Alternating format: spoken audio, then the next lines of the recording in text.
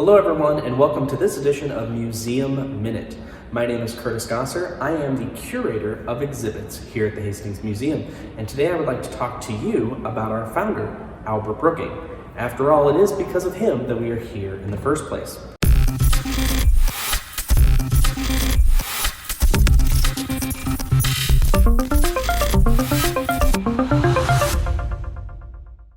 So, young Albert Brooking was born in 1880, and his family lived in Funk, Nebraska. And he was a very inquisitive youngster, and he had a great passion for learning. And this passion for learning translated into collecting and taxidermying animals. In fact, by the age of 13 years old, Albert had already started to teach himself taxidermy.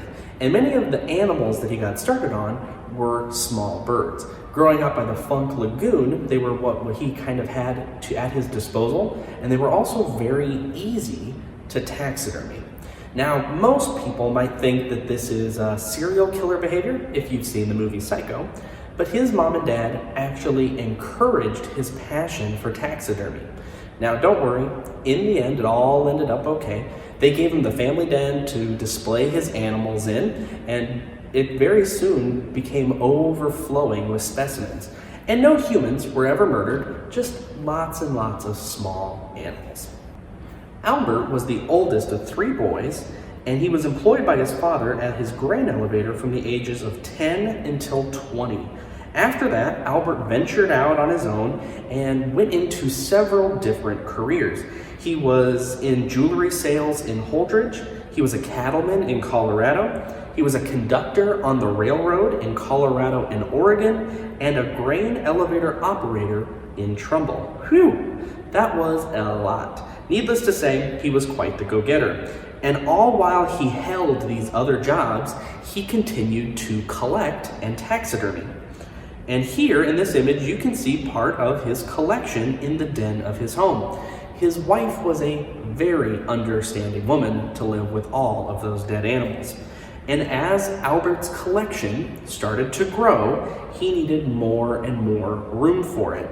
And after moving into Hastings in 1918, Albert began to exhibit his collection in local businesses and at Hastings College. Eventually, Albert petitioned the city of Hastings for a municipal museum, and in 1927, the same year that Kool-Aid was invented, Albert opened the Hastings Museum temporarily at the old Hawthorne School building. In 1932, while this building, our current building, was being built, they moved into the old Morton School building, and finally in 1939, with the help of WPA funds, or the Work Project Administration funds, the section of the museum that I'm now sitting in was open to the public.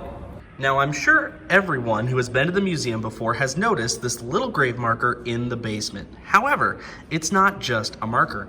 It is the grave of our founder, Albert Brooking. That's right, his body is entombed directly under our feet. And it's not by happenstance that he's here either.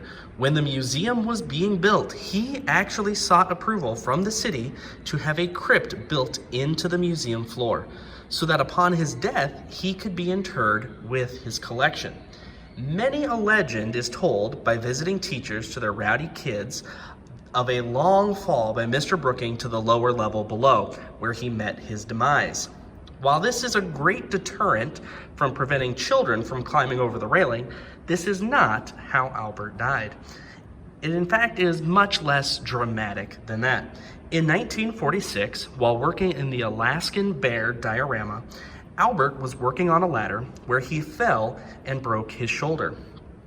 His injuries were by no means life-threatening, but he was taken to Mary Lanning, where he spent several weeks recovering. After weeks, the staff had heard that he was in a good mood, he was feeling well, his recovering was coming along nicely, and that he would be returning home shortly. But Albert, at 1 p.m. on Friday, January 25th, at the age of 66, passed away. It's unknown exactly why Albert died, but it is believed that pneumonia, which was very commonly contracted in hospitals at the time, was most likely the cause. Albert had a heart condition, which would have affected any complications that he might contract from that pneumonia. But Albert is here with us today, and we are happy to have him. So the next time you come by, make sure you stop and say hi. And that is everything that I have for you for today's Museum Minute. Again, for more digital content and educational resources, follow us on social media or go to hastingsmuseum.org.